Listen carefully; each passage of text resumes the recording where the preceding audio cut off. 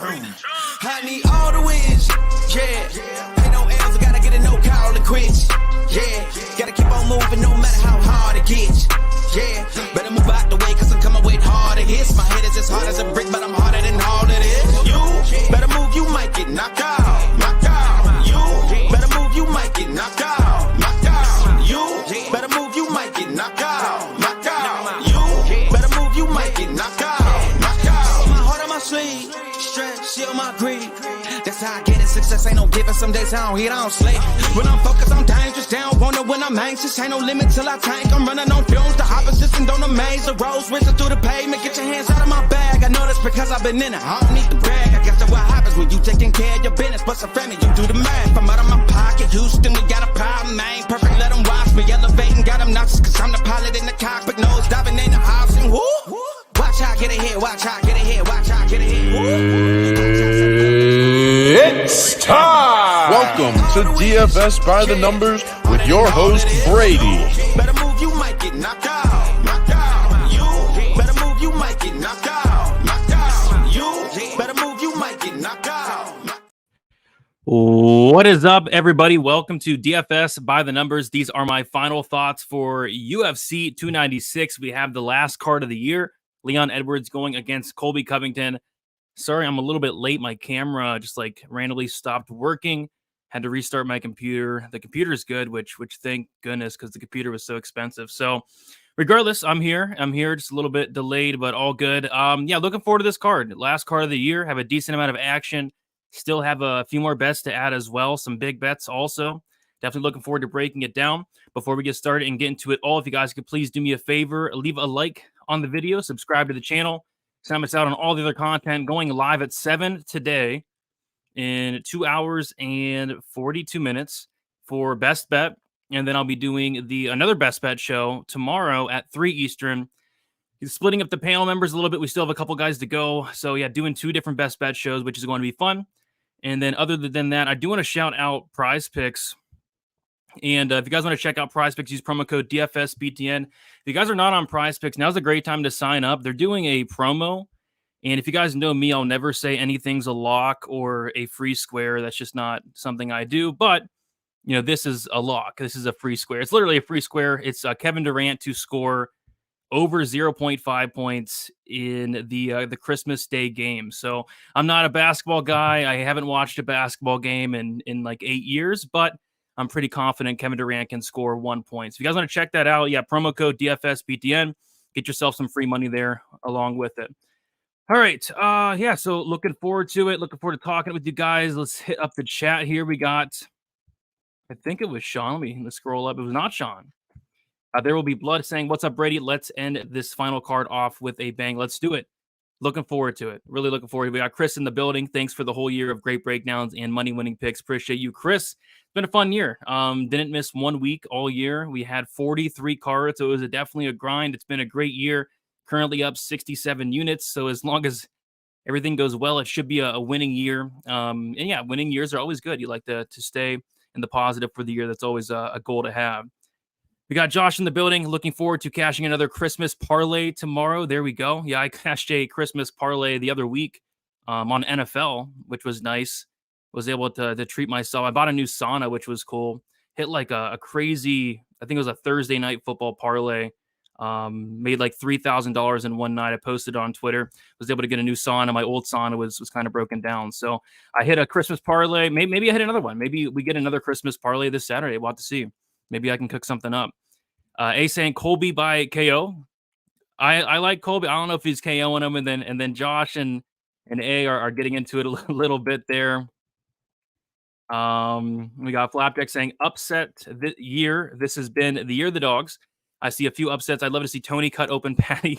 Piece him up. Love to see Colby win. Really? You'd love to see Colby win? I don't think a lot of people want Colby to win. Hope Cody Garbrandt gets KO. We can't see Thompson winning. Yeah, it's going to be a great card. Did lose some fights. We lost the Brown Salikov fight, which I was looking forward to. We lost the Ian Gary fight, obviously, but still a great card nonetheless. We got Sean. What is up, Sean? Let's go, Brady. Let's go. And Sean, you gave me a rare Sean V compliment the other day. What was it? I don't know, but you gave me a nice, and I think it was the Sean Brady Kelvin Gastelum fight. You gave me a compliment, so I appreciate that, Sean. Sean V compliments are very hard to come by. Shout out to Sean V. DB saying you better move, you might get knocked out. Yes, sir. We got Gus in the building, Richard in the building, Victor DeJesus in the building. What is up, MMA Jesus? And here's MMA Jesus with his lock of the year. Lock of the year, plus 189 on my bookie sportsbook. Apparently, they might be doing a promo. So yeah, 189 for Covington. Not bad. We'll see. We got Ion say, let's go, Brady. Let's go. The high out in the building. We got Han. We got Tyler. And anytime you see a DFS live, you got to leave a like. Appreciate that. Appreciate that. Who you got for a Jake Paul fight? That's actually funny because I just found out Jake Paul was fighting like today. And apparently the fight's today, I think. So I don't know. There's been like no hype for this Paul fight. Usually there's like a lot of hype for these Paul fights, but apparently not this time around. I just now heard about it. I will not be watching it. Or maybe it's tomorrow. I don't know. Like I have no clue. I won't be watching it. I have this card to worry about. 296 to worry about. We got Carlos in the building. Brady, shout out to Carlos and Hundy. Shout out to Carlos and I gotta always read it to make sure I'm not, getting tricked here. But yeah, shout out to Carlos and Hundy. Durant got, yeah, I hope so. I hope Kevin Durant can go out there and get 1 point. What if he doesn't? I will look like such an idiot. But I think he can get one. I think Durden, even as an underdog, will be higher owned than Tagir, so could have big leverage. Yeah, Durden's going to have some ownership. A lot of people are going to be on Durden this week. Do you only watch UFC? UFC and NFL, that's about it. Used to watch NASCAR, used to watch some PGA, believe it or not. But right now it's UFC and NFL, and that's it. You're thankful for Casey O'Neal's lips. My goodness, only 43 cards in a 52-week calendar. Yep. We had an 18 fight week stretch at one point, and then we had a couple weeks off. So yeah, 43 cards in 52 weeks. What is up, Torin? How you doing? We got Wheezy in the chat. Just gave his 4-legger. Shout out to Uncle Wheezy. Hopefully you can cash that last 4-legger of the year. Uncle Wheezy will be on the Best Bet show tonight. We got Wheezy, Johnny K, and Narco Cop. Very, very fun panel tonight's show at 7 o'clock Eastern time. I'm really looking forward to that one. We got Garrett in the building. Pow. What is up? How many units am I risking on this card? It's going to be around 15. I'm not going it's not going to be my biggest card of the year. It's a big card for me. 15 units is a lot. I don't typically do more than 10 an event. But yeah, 15 units around there. And there's some spots I'm maybe looking at adding. I could get up to potentially maybe 16, 17 max. And it would have been even more if the Brown Salikov fight was on and then the Gary fight was on, because I was going to have 2 bets on those fights as well. Marcelo in the building. Split decision. We'll talk about that. That split decision. Jake's minus 800. Yeah, I'm not watching that fight, man. Not watching that fight. Yeah, no, it's tonight. Yeah, no build up. I'm not gonna build it up. NBA DFS. I like NFL DFS. Can't quite get in the NBA. It's a lot of work. The cancellations after the tip off. I mean, I don't know. I haven't done NBA DFS in a very long time. And we got a big dono. Shout out to Victor DeJesus. Honestly, one of the biggest supporters in the MMA community. I always see him in a bunch of chat rooms, like Wheezy's chat room, all that. Shout out to Victor. $50. This means a lot, man. He says, thanks for all your hard work week after week, Brady. Your time and work is appreciated. Happy holidays, and congrats again to you and the wife. Thank you so much, Victor. Happy holidays to you as well. Enjoy the couple week break, and then we're going to be right back in it next year for 2024. Appreciate you a ton, Victor. Always a really big supporter. Appreciate you. And yeah, Vic is the man. Vic is the man. I like Vic a lot. Vic's a cool dude. Cool dude. We need a lot of these cool dudes in the community. He's definitely one of them. We got Eric, my guy Eric. What's up, Brady? I hope the baby boy is good. Good luck, everyone, this weekend. He is great outside of nighttime. I mean, he doesn't cry all day until it's time to go to bed. And I have had no sleep the past week, but wouldn't want to have it any other way. Do you own any UFC? I own a ton of UFC gear. Shirts, hoodies, pants. I mean, you name it. I have a ton of UFC gear. Don't have it on right now, but maybe I'll wear one for Best Bet. We'll see. And I do have a parlay. I do actually have a parlay for this week. Thank you, LJ. You're cool as well. You're cool as well. All right, guys. I say we get into it. What's your average risk reward? If you're risking 15 units, are you potentially winning 15 or more? 30 units would be nice. So I'm up 67 units this year. ROA is like 19%, which is pretty solid. If I'm risking 50, like I said, 30 units would be awesome, but I mean, I'm not making 30 units this card unless something crazy happens. But we'll see. We'll see. I'm looking for a great card to end the year. All right, guys. We're going to get into it, and we're going to start with the first fight of the night, a fight that I have way too much action on. It was supposed to be the Randy Brown Salikov fight, which there was some spots I did like in that fight, actually. But now we have the first fight of the night is Martin Budai going against Shamil Gaziev. And some spots I'm looking at here are, so this kind of reminds me of a fight we saw last week, a fight that I bet last week, and it didn't work out. It didn't work out. But I'm going kind of back to the well. So this reminds me of the Jung Young Park Andre Muniz fight, where my thinking was, hey, Muniz might go out there and finish Jung Young Park in the first round. If not, he's going to get gas out and get finished himself. Andre Muniz's cardio held up a lot better than I thought. This is a fight with Gaziev where this is a guy who has 11 fights. 10 of them have finished under 1.5 rounds. And shout out to Uncle Weezy. I was watching his Just the Tip Tuesday night live stream, and he pulled up a video of Shamil Gaziev after his Contender Series fight, an interview with Laura Sanko. And he pulled up the interview, and Gaziev was like gassed out. He was dead tired, right? He was dead tired, could barely talk in that interview. And you go and look at how long that fight lasted, and that fight lasted like 2 minutes. So I have a pretty big suspicion that, I mean, Gaziev doesn't have great cardio. 10 wins coming under 1.5 rounds for Gaziev. He has only 2 wins in the second round. Those came within like the first minute of the second round. So how I'm seeing this fight is I think it's Gaziev early or Martin Budai late. And I think Gaziev early is very much on the table. I think this guy's good. I think he has power, has a submission game as well. Budai has not fought the best competition in the UFC. But if this fight does get extended, I have some serious concerns about Gaziev's cardio, especially against a guy in Budai who uses his height, his weight, his body as an advantage. He leans on you. He wears on you. He breaks you down. He's high volume. I'm just not sure Gaziev's able to keep up with that pace. So how I'm playing this fight is I think the under 2.5 could look in hindsight like a crazy deal. Like the under 2.5, I see like minus 135 even, I think on DraftKings Sportsbook, minus 140. I bet it at minus 145, so I got kind of the worst price. But, you know, this is a fight where Gaziev's been over 1.5 once. Over 1.5 once, you know? And we're getting a 2.5 here. So, you know, heavyweight fight. I like the Budai late props. I did sprinkle those quarter unit each, second and third round for Budai. And then I haven't bet the Gaziev round 1 prop yet, but I'm probably going to play Gaziev round 1 as well. So I'm looking at it being Gaziev early or Budai second or third, and hopefully one of those come through. And if one of those do come through, it's going to be a great start to the night.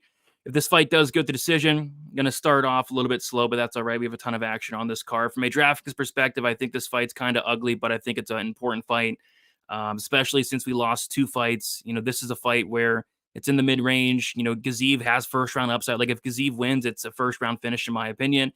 And then if Budai wins, I can kind of see him breaking Gaziev down the stretch. So love this fight for DraftKings. Love this fight from a betting perspective. Probably way too exposed on this fight, but we'll see if it can come through here. We got Jonan. What is up? Let's see here. LJ saying Brady parlay is Lipsky and Tony round robin. No. A lot of MMA props contradict one another, like taking winning in round 2 and round 3 if you have a thought of a fighter finishing late. A lot of MMA prop. I'm not really sure what you mean there. Like, if you think a fighter finishes late, you have the round 2 and 3 props. That's not contradicting at all.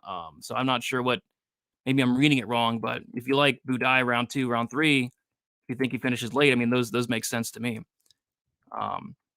Shamil looks horribly out of shape. He looks in a lot better shape than he has in the past. I'll say that, because there was a picture that was going around of Shamil, and I was kind of expecting the worst at weigh-ins. He looked good at weigh-ins, but I saw this picture was going around, and he did not look like this. So Shamil looks to be in a lot better shape than I expected, at least. Under 2.5 at 145, I thought was a steal. It could look like a steal. I mean, Shamil's been over 1.5 rounds once. No WMMA for me this week either. Only picks I missed last week. I don't think I had any WMMA last week, which was great. It worked out. This week I will have a bet on one WMMA fight. Live bet Budai after round 1. Yes, I like it. I like that. All right. We'll move on to the next fight. We got Andre Fili going against Lucas Almeida. No bets for me on this fight yet. I feel like it's a pretty binary fight, to be honest. Like Andre Fili, I get why he's the favorite. He's fought really good competition throughout his career. He has a clear path to victory. We all saw Pat Sabatini take down Lucas Almeida and dominate him on the mat. I think that's a big hole in Almeida's game, even though he is a black belt in BJJ. I mean, his takedown defense isn't great. So in theory, Andre Fili could very well go out there and wrestle, Lucas Almeida across 15 minutes. The problem I'm having here is, that's not really something Fili's done in a long time. Fili can wrestle. He has wrestled in the past, but he's not a Pat Sabatini. He's not a Renzo Gracie Fili guy. Like those Renzo Gracie Fili guys, when they get you down, you're kind of staying down. We saw that in the Sean Brady Gastelum fight, right? When these guys get you down, you're staying down. Whereas with Fili, when he does get takedowns, guys are able to pop back up. So I don't think it's one takedown. That's the round type situation for Fili. And like I said, I'm not even convinced he does go for takedowns because he hasn't in so long. But that would be the game plan. I get it. I get why, people would be on Fili this week. But I don't know. I kind of have a feeling these guys are going to stand and bang. And if they do stand and bang, I think Lucas Almeida is going to be very live to land a shot. So, yeah, like I said, I have nothing here yet, but I was looking at Lucas Almeida finish only. It is something that me and Wheezy talked about on Stat Diggers on Sunday. And Bet Online opened it up. I mean, it was a terrible price. It was like minus 150 on Bet Online. Lucas Almeida finish only. So they were all over it. And then FanDuel opens it up at plus 110, and then DraftKings opens it up at plus 100. So I might take a look at Almeida finish only. It's not something I'm in love with. It's not something I need to play, but that's kind of where I would lean from a betting perspective. From a DraftKings perspective, I don't mind Almeida 7,700. He's a 100% finish rate, and these guys with 100% finish rates should not be ignored ever on any given slate. And Fili has been finished multiple times. Fili's been finished, 5 times in his career. I don't think he has the best durability, and Almeida can't crack. So I guess it all comes down to the game plan of Fili.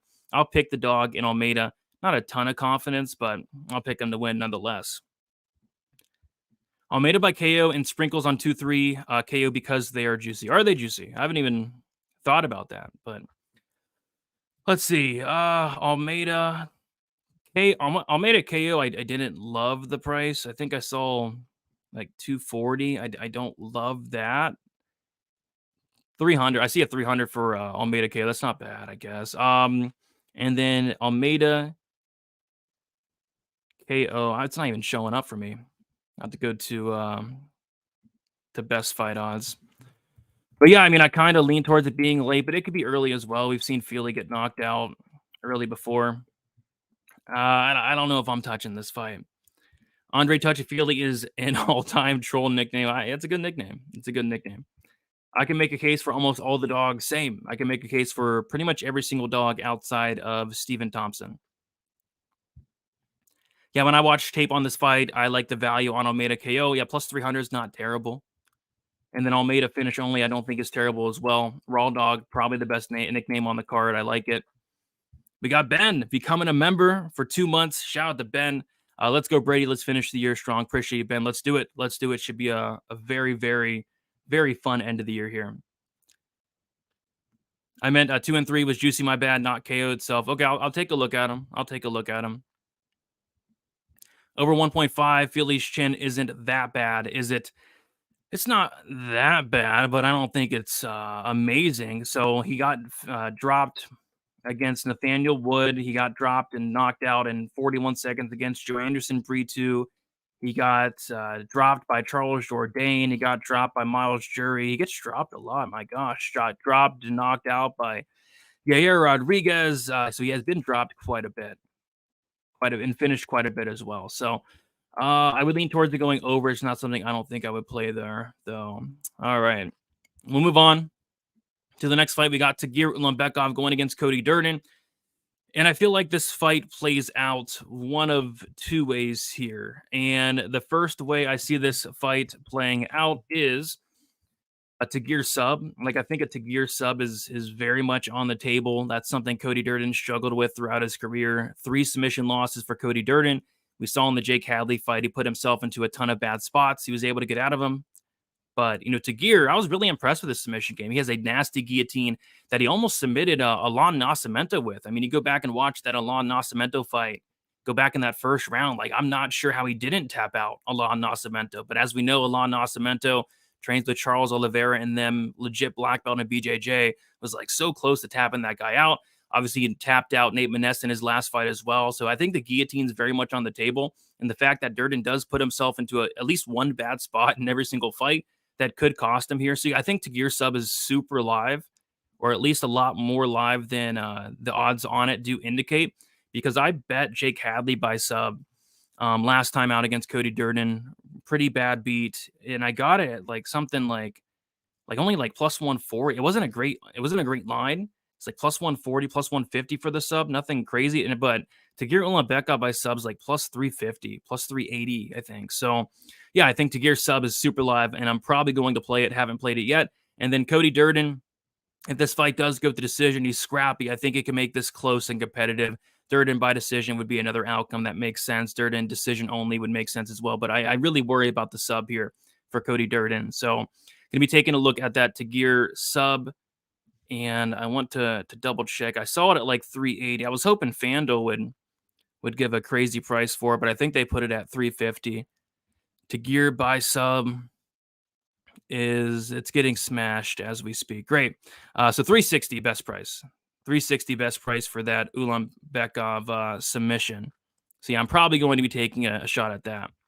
From a DraftKings perspective, both sides in play. You got Durden. When he scores very well. He can wrestle. Solid volume, control time upside, all that. And then Tagir, if he wins, like I said, I think it's a submission. All right.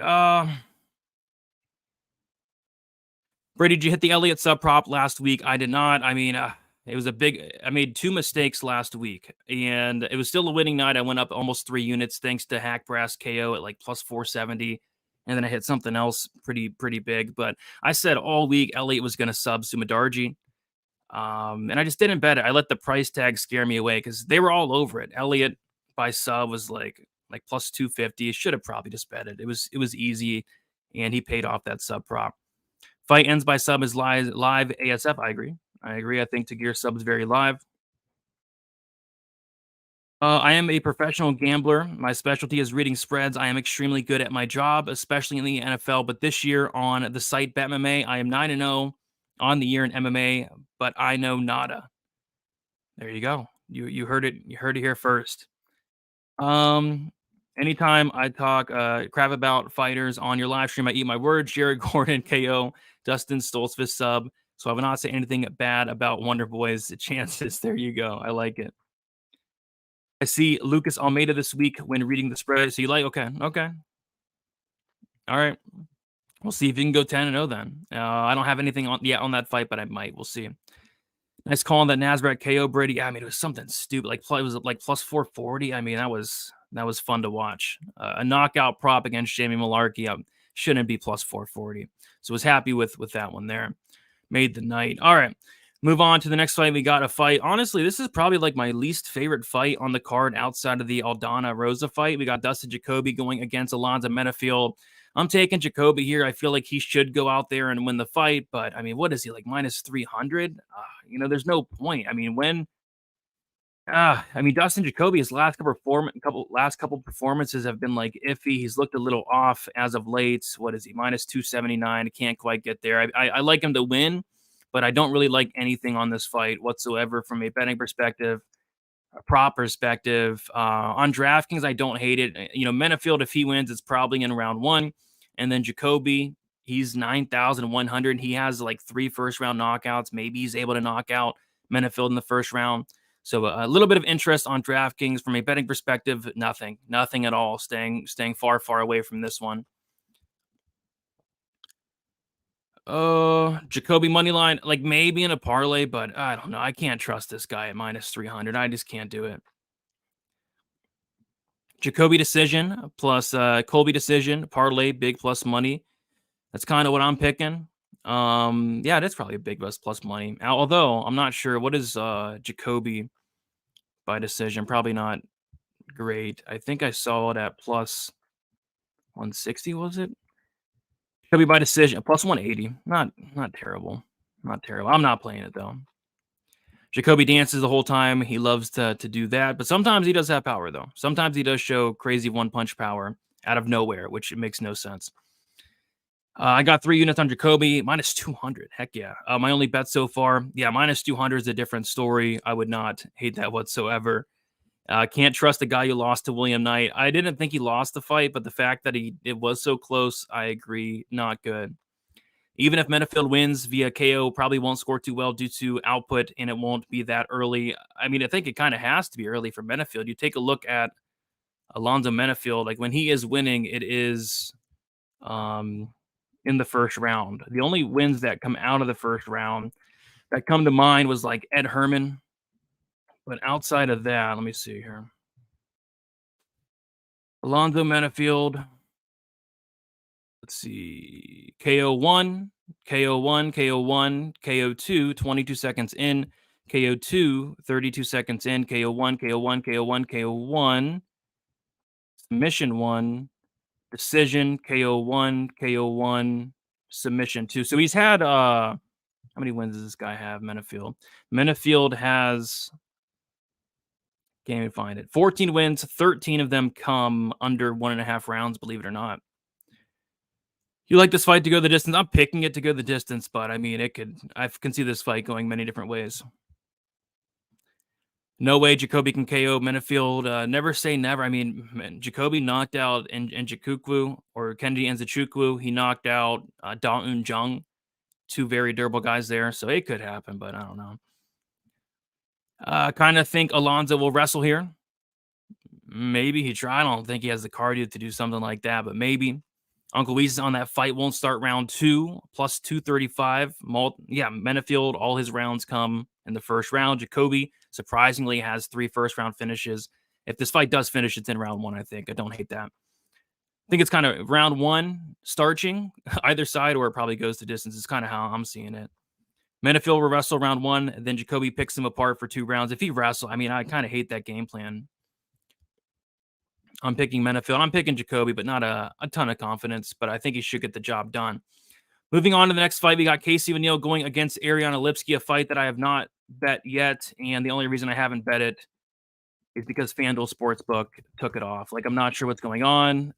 They took this fight off last night, and somebody hit me up saying it's back on the board, but I mean, I looked today a couple times and it's still not on there unless I'm blind, which I don't have the best eyesight in the world. And, staring at a screen all day doesn't really help my eyesight, but I don't see it.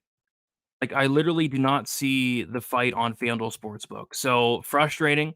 I'm not sure if they're going to put it back on. I'm not sure if they're ever going to put it back on, but I would like them to, because I do want to bet on this fight. Yeah, I know DK has it. I know DK has, but I want FanDuel because they have the better prices on the props I'm looking at. And the props that I am looking at are Casey O'Neill, KO2 and KO3. I think I saw, at least on Best Fight Odds, they had Casey O'Neill, KO3 at plus 2,500. And then KO2 at like plus 1,800. I mean, I think it's worth a shot at those prices. I mean, Lipski, the times we have seen her taken down, I mean, she made Antonina Shevchenko and who else was it? It was Shevchenko and Montana De La Rosa. I mean, they made him look like Khamzat Chimaev out there. I mean, that was Montana De La Rosa's first ever knockout win against Lipski. Lipski's takedown defense looks much, much improved. She stuffed like the last 23 takedowns, but if she gets taken down once here, I still worry about her ground game. O'Neill by KO really, really interests me in this spot, just because if she does get on top, like the TKO is going to be super live. Her ground and pound's much, much, much, much better than Montana De La Rosa and the bad Shevchenko, Antonina Shevchenko. And then even on the feet, obviously the better striker here is Lipski, but we've seen Lipski knocked out on the feet too. And O'Neill throws a ton of volume and she throws with power. She's mean wherever the fight goes. So Lipsky's been knocked out 4 times. I mean, that's a ton. That's way too many for a female flyweight. I mean, she's like the female Shannon Ross out there. It's 4 times is way too much. 3 times in the UFC. O'Neal by KO is something I'm taking a very, very hard look at. But I'm waiting for FanDuel to get it together and get these odds back on there. Somehow the lines got worse on FanDuel, even though it's not even on the board. It looks like O'Neal KO went from 2,500 to 2,400. So they're moving lines without even having him up. Like, I'm not sure what's going on here with FanDuel Sportsbook. And then O'Neal KO2 is plus 1,800. So I'm going to keep waiting for FanDuel to get him up. And then once they do get him up, I will be sprinkling those O'Neal KO2, KO3 props. And then I'll probably be playing O'Neal inside the distance. And from a DraftKings perspective, O'Neal, honestly, like, O'Neal's an incredible DraftKings scorer. She's landing almost 9 significant strikes per minute. So on the feet, she throws a ton of volume. And if she does get on top, I think she styles here. So yeah, Casey O'Neal on DraftKings, Casey O'Neal, those 2-3 props, and then Casey O'Neal inside the distance. For me, I really do like her this week. I know Lipsky's a very popular dog, but I think this is a really tough matchup for her, especially if she gets taken down. If she gets taken down, it's over, in my opinion. O'Neal should score well here on DK. Yeah, she scores incredible on DK. Very good on DK. Menafil, they say gas is out, and when you look at Topology, Jacoby has never been KO'd. Has he faced anyone with the power Menafield has? Yeah, Jacoby's actually fought some hard hitters. So Jacoby has fought Da Un Jung, has a lot of power. Azamat Mirzakhanov, that liar, the guy in Azamat that says he's 35, he's actually 45. Azamat has a lot of power. Who else? Roundtree, Khalil Roundtree has a lot of power. Mikhail Olazechuk has a lot of power. Kudalaba has some power. Yeah, a lot of these guys have some power. So, yeah, Jacoby's fought some guys with some power for sure. It's on there. It's not out there for me though. I don't know what's going on. Maybe I need to like delete the app and download it back. But yeah, annoying. I don't think I asked Wheezy it. Wheezy said he didn't see it either. So maybe it's like a state by state thing. I don't know. Maybe. FanDuel, do they have the props as well? I don't know. The female Shannon Ross, yeah, it could be a little bit harsh, but Lipsky has 3 knockout losses in the UFC, and Shannon Ross has 3 knockout losses in the UFC. It really makes you think. We got Tom saying 180 live viewers, only 44 likes. Hit the like button for our boy Brady. Appreciate you, Tom. Yeah, let's try to get those likes up. Do appreciate it a ton. Why does no one talk about how often female fights go to decision? It's easy money. Hitting 90% of the time. That kind of reminds me of the comment I got on Twitter the other week with the what stupid fight was it? The Misha Tate Julia Avila fight where somebody was like, the fight goes to decisions a lock, and then it finished. The reason I don't think anybody talks about it is because the fight goes to decisions always like minus 300 or minus 400, just terrible prices. And it should go to decision more often than not, but I don't know. Actually, I would be curious to know how many female fights do finish inside the distance. It's not 90%, but I'm sure Uncle Weezy could let us know. That'd be interesting to know how many fights do go to decision. It's not 90. I think it's like off the top of my head, like 65% of female fights around there, 65 to 70. It's not 90 though. I see the O'Neal fight on FanDuel. Just bet it. O'Neal KO is plus 500, so I'm the only one that can't see it. Maybe I'll refresh. I'll figure it out. Okay, at least I'm not completely crazy. So Victor does not see it. Wheezy does not see it. I don't see it. State by state. FanDuel, let's get it together. For the love of God. How would you like it if I call Na Liang the female Malcolm Gordon? It just wouldn't be true. There is nobody out there like Liang Na. I mean, Liang Na, who could I compare? Who is somebody? Oh, the male version of Liang Na is Daniel Lacerda. Lacerda has 2 minutes of cardio. He's kill or be killed. So Malcolm Gordon, that's just not a correct comparison. It's Daniel Lacerda would be the correct comparison there. And Holland is not stepping in, unfortunately. He wanted to, apparently, but not going to happen. All right. Moving on to the next fight, we got Cody Garbrandt going against Brian Kelleher. This is my 1-800-GAMBLER fight of the week, a fight that I'm not going to be touching. I was maybe looking at like the Brian Kelleher finish only, but there's a lot of red flags on both guys here. Cody Garbrandt, only 32 years old, but he just looks off. He's looked off for the last several years. I mean, like the last good performance from Garbrandt was back in 2016. He has a couple wins, but I mean the Trevin Jones win. I mean nobody's impressed with that, right? And then beating Rafael Assunção wasn't that impressive of a performance up until the knockout. So yeah, I don't think he's had a good performance literally in, if my math's correct, 7 years. And then on the other side, you got Brian Kelleher, who's 37 years old, coming off of a major injury, a major surgery. I don't know. I don't really want to touch this fight. I think I'm content with just like staying away. I initially thought maybe Kelleher finish only, but I don't know. I really don't know. I don't want anything to do with this fight here. From a DraftKings perspective, it's probably Kelleher just because maybe Cody Garbrandt's chin is so bad that he does get knocked out by Brian Kelleher. Maybe there's like a club and sub situation, but I don't even love that. Kelleher on DK or pass. I'm not betting this one. If I was to bet it, it would be Brian Kelleher finish only. But even that, I'm not extremely crazy about. So it's a big pass for me. I'm staying away from this one. His Hollis, Ian Gary. I miss Liang Na. Liang Na equals Punahele. Kinda. Punahele can at least go for 5 minutes, whereas Liang Na can go for 60 seconds. So almost. But I kind of dig that comparison. Fight to end by knockout plus 100. The thing is, Kelleher doesn't get knocked out. He's been knocked out once in 38 fights.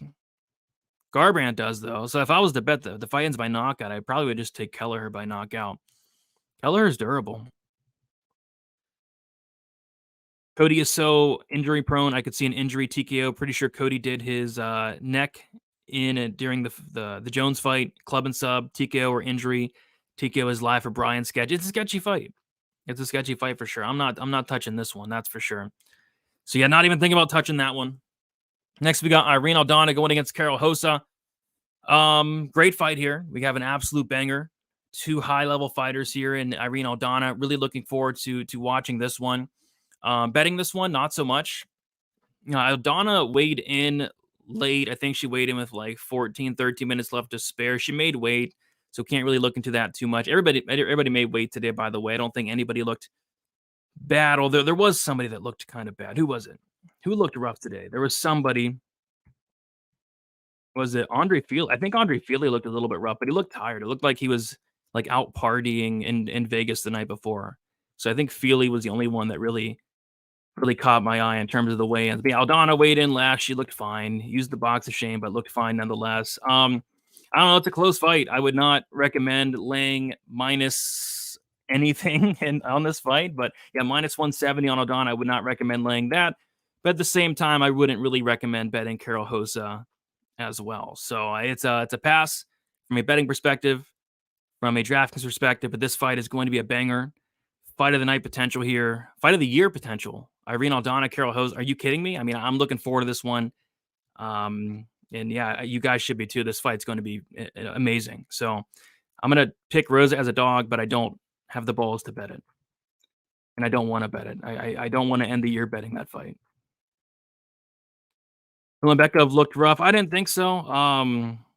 Maybe a little, I guess, but he's a big flyweight. So I don't think he looked terrible. How safe is the over 1.5 rounds? Safe, I suppose. I suppose it's safe, but I'm guessing it's minus 600. It is minus 670. So I mean, it just doesn't add anything to a parlay or nothing like that. So I wouldn't touch it, but it's safe. I should say. Thug Nasty was the one that looked like he didn't want to be there today. He kind of looked rough in my opinion. Yeah, I looked at Bryce. I didn't think he looked horrible. He did look a little bit uninterested. I'm not sure why, but yeah, he is taking this fight on short notice, Bryce Mitchell. We got Sai in the building. What's up, my brother? Always glad when I can make a show live. I got Mitchell and Rocky. I got the opposite of those two. So one of us will be right at least. What would I line the under 2.5 in this fight? I don't even think I'd think about it, to be honest. The under 2.5, probably I would need plus 200 or more to bet an under 2.5 in this fight. What is it? Plus 235, 240. Because, I mean, Rosa has no finishing upside, but Aldana does. I mean, Aldana has power and a lot of power. So if there is a finish, it's on the Aldana side. But I don't know. I'm not touching it. I'm not thinking about touching it. I don't want to touch it. I don't want to do it. I'm going with Emmett. We'll talk about that fight. Cody Brundage is not a hoe. Come on, guys. Come on. I know people don't like Cody Brundage. I think his last win was a good one. And he keeps cashing me tickets, so I'm happy with Brundage. Got hit the under 1.5 last time. I do not think Cody Brundage is a ho no mo. Ho no mo. Good looks last week, man. I did a full sweep. I did not do a full sweep, but ended up pretty good. 3 units just about last week, thanks to Hack Press KO. And I had the under in something that also hits. It was close to being an amazing night. I had Roundtree round 1, round 2 KO. Roundtree hurts Smith in the second round and just stands there, and then he knocks him out with like 10 seconds in the third round. So it was a Roundtree KO 1-2 away from a monster night, but still I was happy with how last night went. It was a toughish card. Emmett or Kelleher on DK? Gosh, neither. If I had to pick one, I think maybe Emmett. Rosa's never been knocked out, and yeah, I don't think that probably doesn't change. Can you give us a 3-fight parlay to end the year? Love the content, Brady. I'll give you my 2-leg parlay, and then maybe we can add another leg to that. But yeah, appreciate you, Jay Swanson. I was fuming at my screen when he knocked him out in round 3. Crazy KO. It was just annoying. Like, you couldn't have done that in the first 2 rounds, Khalil Roundtree. That was Roundtree's first knockout win that went over 1.5. It was just annoying. Like, come on. So I guess I could have took the KO, but the KO was like minus 135. So you live and you learn. You make mistakes, you learn. That was a slight mistake last week. But yeah, we'll move on to the main card opener. We have Bryce Mitchell going against Josh Emmett. And man, a lot of people are very confident in Bryce Mitchell. And I don't know. I mean, this fight is very interesting. You know, first look, I'm like, okay, this is Mitchell all day. But the more I think about it, the more I think Emmett's very live here. Researching this fight was tough because when you look into a Bryce Mitchell fight, you look into their opponents, right? You want to see, how, what's their takedown defense like, what's their get up game like, what's their ground game like, right? And with Dan Ige, who Bryce Mitchell fought Dan Ige last fight, and that fight was semi-competitive. Dan Ige hurt him. Dan Ige completely shut his eye. And that fight was semi-competitive. I thought Bryce Mitchell won. Some people even thought Ige won that fight, but it was super competitive, right? But at least with Ige, there were multiple Ige fights where Ige's getting taken down a ton. He's getting control. Like, there's evidence of Ige's ground game, and that's a hole in his game. Where with Josh Emmett, I've heard people say his takedown defense sucks, and I mean, there's no evidence of that. On paper, it's 46%, but nobody's taking him down. Nobody's trying to take him down. Only 2 guys have taken him down more than once, and that was Ilia Topuria in the 5th round in a fight where he killed him basically in the first 4 rounds. Topuria got him down 3 times in the 5th round. And then the other time was back in 2016 against Scott Holtzman, where Holtzman took him down 3 times, but wasn't really able to hold him there. And Emmett actually took him down 8 times. So outside of that, nobody's taken down Josh Emmett more than one. I mean, Ige took him down once. Emmett was able to pop right back up. And then somebody else took him down once. I think Desmond Green back in the day took him down once. And Emmett was able to pop right back up. So there's no evidence that Emmett's ground game sucks or that his takedown defense sucks. There's no evidence of that. With that said, could Bryce Mitchell go out there and do what Bryce Mitchell does? Yes. I mean, Bryce Mitchell, to win this fight, he's going to have to. He's going to have to take down Emmett in every single round and control him for, I'm not even joking, 12, 13, 14 minutes. Because if this fight's at range, when this fight's at range, Mitchell's a huge liability against a lot of people, but he's a massive liability against one of the hardest hitting featherweights in history in Josh Emmett. I mean, Josh Emmett's power is really not talked about enough. I mean, this guy at one point had a 7-fight streak with a knockdown. Knocked down Yeah, 1, 2, 3, 4, 5, 6, 7 consecutive fights with the knockdown. And in those 7 fights, he had 3, 4, 5, 6, 7, 11 knockdowns and 7 fights. And then the knockout streak or the knockdown streak ended when he fought Calvin Kattar, next level durable. Yair Rodriguez, next level durable. Aaliyah Taporia, next level durable. Bryce Mitchell, I mean, he's hittable. I don't think he has the best strike. I think his strike has improved, but I mean, he's not going to want to strike with Emmett. So yeah, for Bryce Mitchell to win this fight, he's going to have to fight a perfect fight, which he can. But anytime this fight's at range and you have a Bryce Mitchell ticket at minus 225, I think you're going to be holding your breath because every time Josh Emmett lands, he could potentially hurt Bryce Mitchell or knock him out. And on top of that, Bryce Mitchell's taken this fight on short notice. So what is this card going to look like down the stretch? Like Bryce Mitchell's style requires a ton of energy. This guy has to wrestle in a lot of fights, but especially this one. So I think Josh Emmett's, pretty live here, or at least a lot more live than the line does indicate. I don't like that he's 38. I don't like that he's on a skid here, but he's on a skid against 2. Yair Rodriguez and Aaliyah Taporia, right? What would Aaliyah Taporia do to Bryce Mitchell? Oh, yeah, they already fought each other, and we saw what he would do. What would Yair Rodriguez do to Bryce Mitchell? Terrible, terrible things. So I don't know. I think Emmett's live. I know on a little bit of an island, but I think Emmett's super live here. I haven't bet anything yet. I don't know if I want to bet the money line at plus 190, or this KO prop, which is kind of silly. Like Emmett by KO is plus 430. Plus 430 for the hardest hitting featherweight, one of the hardest hitting, top 3 easily, up there with guys like Jeremy Stevens in terms of, pure power. Oh my gosh. Oh my goodness. Plus 430 for a Emmett knockout. I don't know. I think it could be worth a little bit of sprinkle. So I might be playing that. We'll see. Bryce Mitchell on DraftKings is fine. I don't think he has like a major ceiling, but he's fine. I think if he wins, he scores well, takedowns, control time, all that good stuff. And then if Emmett wins, potentially a knockout at 7,300, I don't mind that as well. So yeah, Emmett for me. And then I'm probably going to sprinkle that knockout prop at plus 430. I don't know if I can turn that one down. What does a 39-year-old Emmett have to for Mitchell that fought that Feely, Barbosa, Ige didn't, Emmett, suspect takedown defense, Thug Nasty by unanimous decision? I don't think it's suspect. I mean, maybe it's suspect. We just don't know. But people are saying it's suspect because Taporia took him down 3 times. I don't know.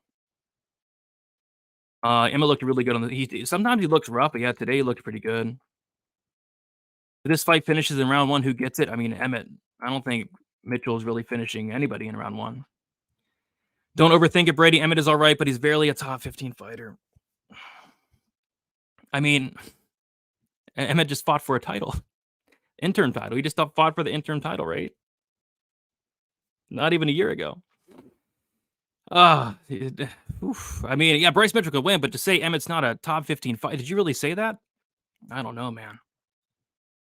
Mitchell could win for sure. It's just Emmett just fought for an interim title. He's gonna have to show good fight IQ here. Bryce is just clowning this week. He's always clowning though. There's no one at Team Alpha Mill whose ground game sucks. Yeah, Team Alpha, that's their thing. We got Irv with the dono. Everyone, the super chat, the big homie, at least $1. Appreciate you, Irv. This man puts in the work even with a newborn. He's still here working hard for us. Yeah, that's kind of why the content was out late this week because I've got no sleep and was still able to get everything out. Everything worked out. But yeah, appreciate you, Irv. $5 does go a long, long way. It means a lot. Appreciate you a ton. Mitchell would maul Yair Rodriguez. Maybe. I don't think so. Maybe. We'll see. I don't know. I like Bryce Mitchell, but I'm not sure he's like championship material like some people do. Emmett has good takedown defense. I don't know if he does or not. We haven't really seen it. He does have a wrestling background for what it's worth. Got Kiwi with a $20 dono. Thanks for all the hard work this year. Appreciate it. Thank you, Kiwi. Another big supporter in the MMA community. Shout out to Kiwi Brew. Means a lot, Kiwi. Thank you so much. Mitchell will wet blank him with a UD, easy UD. Yeah, that's certainly a path there. Emmett moneyline, Patty finish, Shavkat by finish, plus 857 on. That's not bad actually. If you like Emmett, like that's not terrible. I like the second legs quite a bit. Mitchell struggled against lower levels. Emmett is old, but still an elite power puncher. Emmett by first round KO at 440. I might take a shot at that KO prop. I might. I was gonna stay away from this fight, but at 440, I don't hate it. That's kind of it's funny you say that, Emma. I was kind of thinking maybe the same. Like it could look like that potentially. We'll see. So best bet. There's 2 best bet shows to end the year. One at 7, and then one tomorrow at 3. So 7 o'clock Eastern time. Me, Wheezy, Johnny K Picks, and Narco Cop. Love the panel tonight. And then tomorrow, another panel with Lou Betcha and Cody Blood Money MMA. The guys that are in 1 and 2 spots, they're gonna battle it out tomorrow. All right, so we'll see. Bryce Mitchell taking it on short notice. We'll see if he can get it done. I'm not going to be too exposed to this fight. I don't have a strong lean on it, but I'm just saying Emmett might at least drop Bryce Mitchell once or twice here. We'll see if he gets it done. Next, we got Paddy Pimblett going against Tony Ferguson. I've been saying it all week. This is a fight that should not be sanctioned. This is a fight that should not be happening. I think whoever made this fight should lose their promoter's license. I mean, this fight should not be even happening. And I said the same thing last fight with Bobby Green. I said this fight should not be happening. And people were like, "Oh, Ferguson's got this." No, he doesn't got this. He doesn't got this at all. I was watching that Bobby Green fight. I had people over, and like every shot that was landing, I'm like, "Oh, stop the fight!" Like Tony Ferguson. I don't know. He's on a 6-fight skid. He hasn't won in a very long time, and it's not only that. It's not only that he's losing because he's losing to good guys. It's just the way he has been losing the last 3 times has not been good. Insta-tapping against Diaz was a horrible look. Getting outstruck by Diaz was a horrible look. The Bobby Green fight, I mean, getting tapped out by Bobby Green, I can't remember off the top of my head like the last time Bobby Green subbed anybody, and Bobby Green tapped him out. So, and there's probably not one lightweight I would favor against Tony Ferguson at this point. Like, he just looks so off. He looks so off in there, which is expected. He's 39 years old. He's taken a ton of damage, especially, in that Gaethje fight. I mean, the Gaethje fight, I think, changed him. He took a lifetime of damage in there. But even after that, he's still taking damage. He took a lot of damage against Bobby Green in his last fight. So, yeah, I know people aren't big fans of Paddy Pimblett, but, I can't really pick Tony Ferguson against anybody these days. So, yeah, Pimblett inside the distance. I don't know if it's knockout or submission, but I think Pimblett finishes Tony at some point in this fight. I don't know if it's early or late, but I think it does come. Yeah, I don't know. I mean, unless Tony Ferguson comes out here and looks much improved, but how's he going to make improvements at 40 years old? I just don't see it, guys. So, yeah, Pimblett for me, Pimblett inside the distance. I did bet 1 unit on it at plus 128. And it's still plus 115, plus 110-ish, which I don't hate. Don't hate it. Paddy, let's go. Paddy might lose the first round, followed by a steep dive of someone's durability. Yeah, maybe Tony can make it interesting early. I could maybe see that. This fight is going to make a grown man cry. I almost cried during the freaking Bobby Green fight. I mean, we're all there like, what the heck's going on? Like, this guy should not be in the cage right now. I will laugh if Tony somehow murks Paddy. Paddy has a very suspect chin. He is very suspect strike and defense. The chin's not bad, but yeah, strike and defense is not there. What has Paddy got except youth? Tony can beat him. I mean, I completely disagree. Just completely disagree. But you never know. I mean, anything can happen. This is MMA. But I mean, Tony, have you watched the people that are picking Tony Ferguson? Have you seen his last 2 fights? I mean, especially the Bobby Green fight. Even the Diaz fight was like rough. I don't know. I can't pick anybody against Tony. Tony's watch betting the mortgage on Paddy by Finn. I don't know if I do all that, but I do like it though. Paddy by flying triangle. When he has more gray hairs than his wins now, time to hang it up. Yeah, it's been time to hang it up. If he loses this, it's 7 in a row. Like, I'm not sure why they're making this fight. Paddy broke his foot in the Gordon fight. People don't forget that. That he did.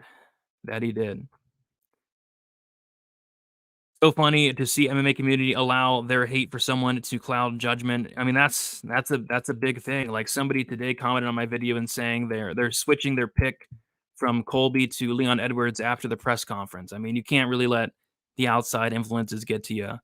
I try my best not to be biased. Like, I'll pick against my favorite fighters, no problem. That's just kind of how I roll. I like Patty, but I'm definitely rooting for Tony. It would be great to see him win. It would be. It would be. Imagine how sad you'll be if Tony pulls this off and you had all your bread on Patty. Well, nobody should have all their bread on Patty no matter what. So that should not be done. And let's see here. Tony could bring the catcher. That's what he said. That's what he said. And yeah, I think BJ Penn had 7 consecutive losses. So, I mean, Ferguson, if he loses this fight, he will tie that. Mitchell by TKO, I would kind of lean more towards decision or maybe a sub. All right. We're going to keep moving on. We have Shavkat Rakhmonov going against Stephen Thompson. I'm going to keep this one short and sweet. A lot of my night comes down to Shavkat.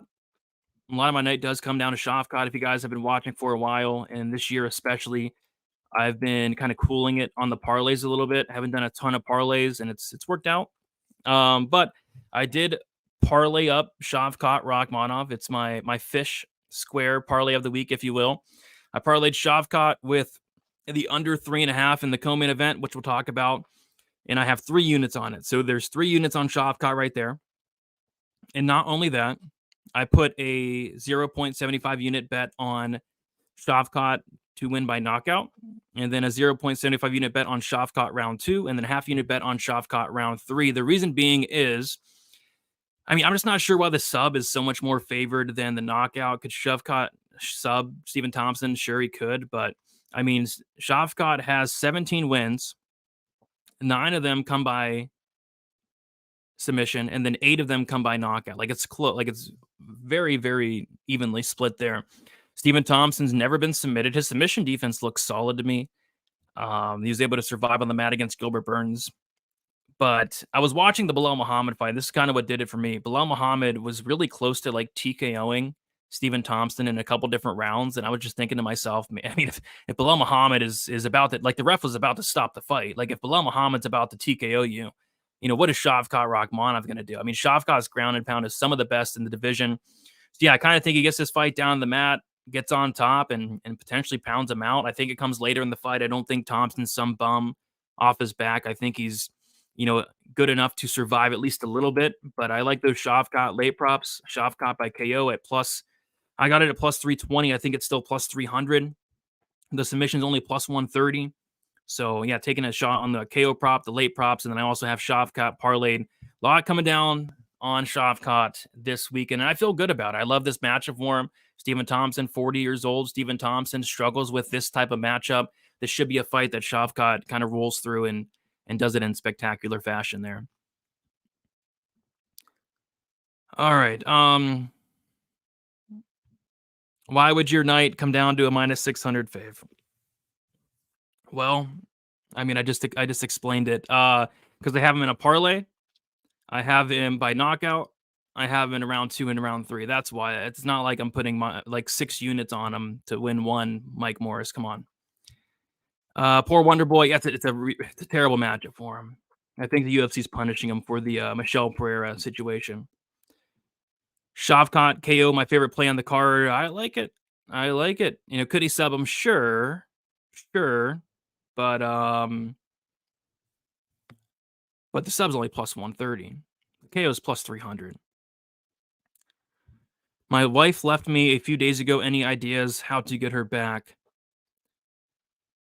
No. I wish I could help you out. I don't have anything for you.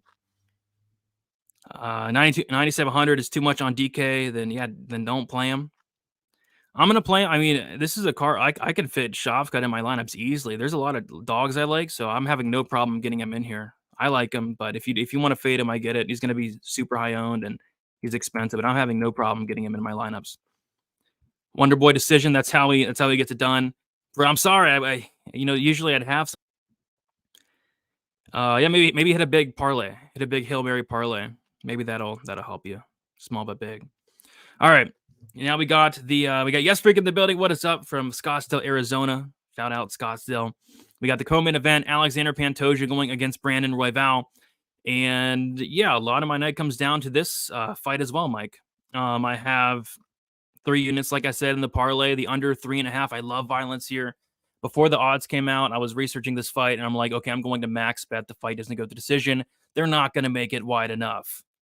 And then what do they open it up at? They open it up at like minus 550. I'm like, come on, man. Come on. It's a flyweight fight. But no, they're onto it. And the reason they're onto it is, I mean, the pace both these guys set, but especially the pace Brandon Royval sets. Brandon Royval is a guy that pushes a hectic pace that leaves a ton of openings. Both guys have a ton of openings. Both guys have no striking defense. Both guys are very dangerous on the mat. There's so many ways for this fight to finish. So yeah, I love the under 3.5. I parlayed it with Shavkat Rakhmonov for 3 units to win a little less than 2. I like it. I like it. And yes, Pantoja is Uncle Weezy's ass shaving of the week. And yeah, whoever wins this fight is going to get their ass shaved, right? So I have the under 3.5 in a parlay for 3 units. I have 1 unit on the fight ends by sub at plus money. So the riddle me this: the fight doesn't go to decision is minus 550. The fight ends by sub is plus money. Like, come on. I mean, we saw Pantoja sub Royval in his last fight. Pantoja is incredible grappler. Like, if he gets the back, he's subbing you more often than not. So I think Pantoja subs extremely on the table. And I think people are really underrating the submission ability of Brandon Royval. Like, you take a look at Brandon Royval, how does he win fights? It is by sub. You know, Brandon Royval's finished 60% of his wins by sub. Yes, he has power, but is he knocking out Pantoja? I don't think anybody's knocking out Pantoja. So I kind of feel like if Royval does pull off this upset, it is by sub. And at the press conference, he is predicting a sub. He's predicting a club and sub, which I love to hear. But yeah, fight ends by sub at plus money, under 3.5. And then what I also did was sprinkle some late Brandon Royval props, which are just crazy prices. Crazy prices. Went small on them. I sprinkled the Royval sub 2, 3, 4, and 5. I mean, just listen to these prices. I mean, just listen to them. Royval sub 2, 33 to 1. Royval sub 3, 43 to 1. Royval sub 4, 55 to 1. And then Royval sub 5, 80 to 1. Total of 0.5 units on those. I have 0.15 on round 2 and round 3, and then 0.1 on round 4 and round 5. My thinking is I think Pantoja does finish Royval early, but if this fight does get extended, Royval is a guy that just sets such a pace. Like, I could see him potentially breaking Pantoja down the stretch. So yeah, I like those Royval late sub props as like big plus money, Hail Mary darts. Like, if one of those hit, I mean, it makes the night no matter what. Like, I could lose all my bets, and then if that hits, I mean, it's probably a winning night. Those Royval props are just stupid. Fight ends by sub, under 3.5. I like it all. And I love this fight from a DraftKings perspective. I'm about as close to 100% as I could get. Slightly in Pantoja because I do think he wins, and I think he wins early.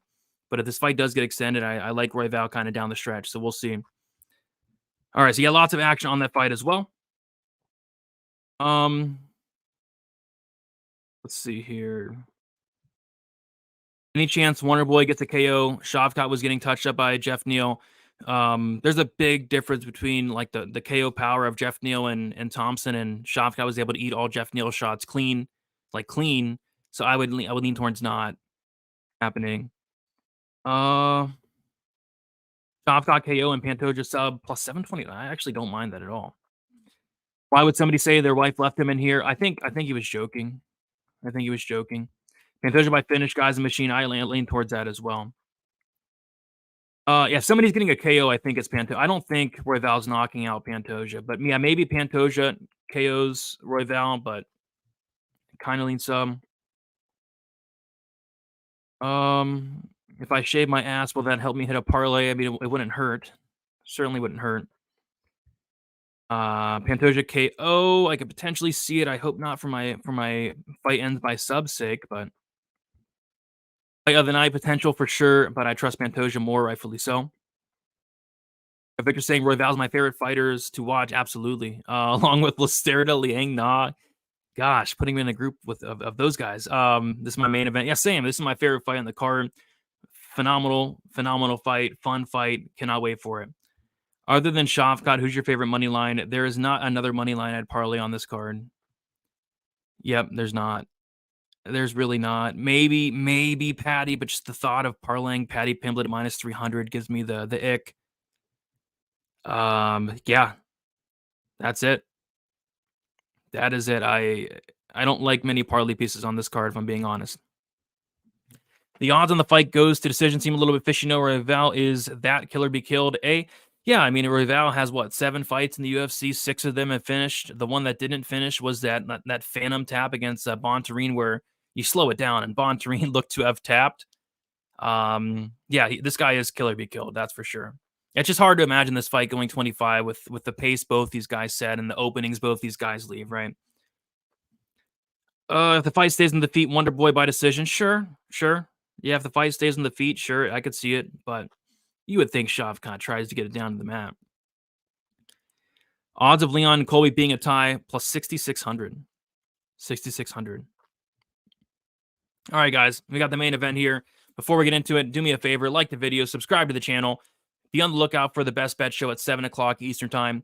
We have Leon Edwards, Colby Covington, and I'm not going to get into the whole press conference stuff because that really doesn't matter. I mean, it was a interesting press conference, to say the least, but it has nothing to do with the fight. It changes my opinion not at all. So I have a bet here. I have 2 bets here. So the first bet I have is, these odds shocked me.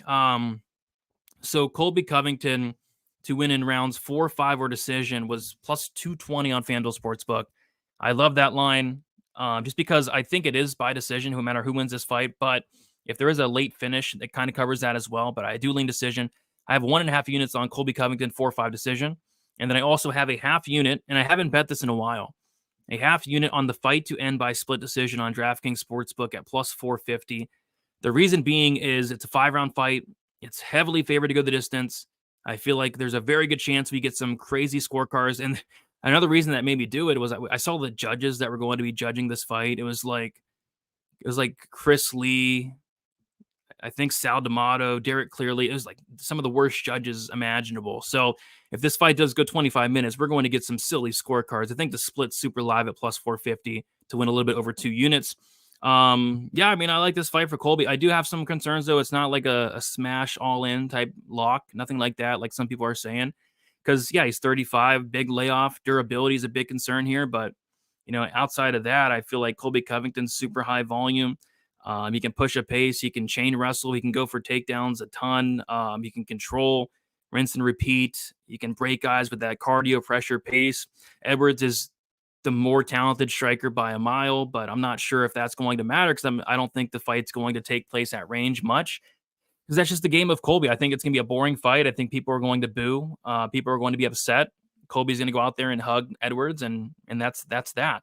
But I feel like we could get a weird decision where we get a damage control type decision where Edwards maybe rocks Covington in a round, or maybe drops Covington, but Covington's able to take him down and control him. I feel like we can get a close fight in that aspect of things. But I do like Colby Covington to win this fight, and I like him to win by decision. And then on DraftKings, no matter who you like, you know, I know a lot of people like Edwards. Colby Covington on DraftKings at 8,000 is an incredible play. He's probably top 5 in terms of the best DraftKings scorers ever. Colby Covington just sets such a pace, takedowns, control time. This guy can go out there and attempt 20 takedowns if need be. So yeah, DraftKings love Colby, and I do have some bets on him as well, including that split decision. Yeah, every time I bet split, the fight randomly ends inside the distance. Besides one time it was Cody Stamann versus Douglas Silva de Andrade. The fight was the splittiest split that I've ever seen. I bet the split, and they didn't call it a split.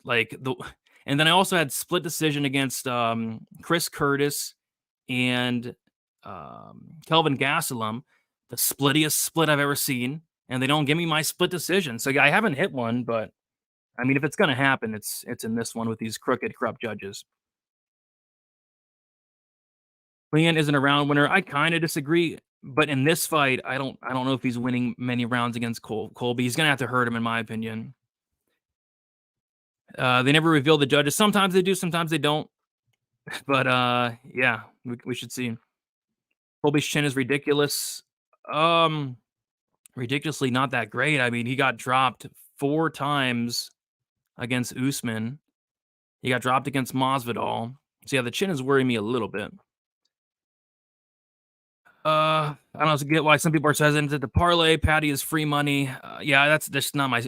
We all have our styles, Jake. I mean, some people see things as free money. Some people have watched MMA to know long enough that nothing is free money. Like, I remember the day where Rodolfo Vieira got subbed by Fluffy Hernandez. Maria Agapova got finished by Shanna Dobson. I remember the day where Juliana Pena finished Amanda Nunes as a plus 750 dog. Like, I've seen so much crazy I remember Dean Barry losing as a minus 1,400 favorite. So I'll never say anything's free money besides the Prize Picks promo on Christmas Day. Promo code at DFSBTN. Kevin Durant to get 1 point. That is free money. Nothing in MMA is free money, though. That's just my opinion. Some people say lock, everything's a lock. It's just not my style. Maybe it should be my style because people that do say locks and stuff, people like that. People like hearing that. I kind of cringe whenever people say something's a lock and stuff. At least Flo agrees with me. At least somebody agrees with me that nothing's a lock in MMA. Like, we've seen ridiculous, stupid stuff happen all the time, which is why we love the sport. Right? Like, if it was so easy, I mean, it wouldn't be as fun. That's just how I see it, though. We all have our opinions. We got DB saying, appreciate you breaking down these fights, Brady. Congrats on your newborn and Merry Christmas. Let's go, Rocky. Best of luck, DB. Merry Christmas to you as well. Colby almost a lock. I mean, I hope you're right, but I don't see it as a lock, but I do like him to win. The fight is tomorrow, but you guys check out the Best Bet live stream, 1.5 hours. Narco, Wheezy, Johnny K, fun stream there at 7 o'clock Eastern time. And then be on the lookout for the final betting breakdown video. I talked about some of my bets on here, the bet in the main event, co-main event, Shavkat, Pimblett, all that. I'm looking to add maybe an Emmett knockout prop at like plus 440. Looking at adding maybe some O'Neal late knockout props. O'Neal inside the distance. I'm looking at maybe adding Tagir by submission. Almeida, maybe finish only, something like that. I'm looking at adding some things for sure. So I already have a decent amount of action, but there are some things I'm looking to add for sure. So be on the lookout for the betting breakdown video. It'll be out sometime late tonight. All right. Best of luck, everybody. Leave a like on your way out, subscribe, and we'll see you guys in about an hour and a half. See you later.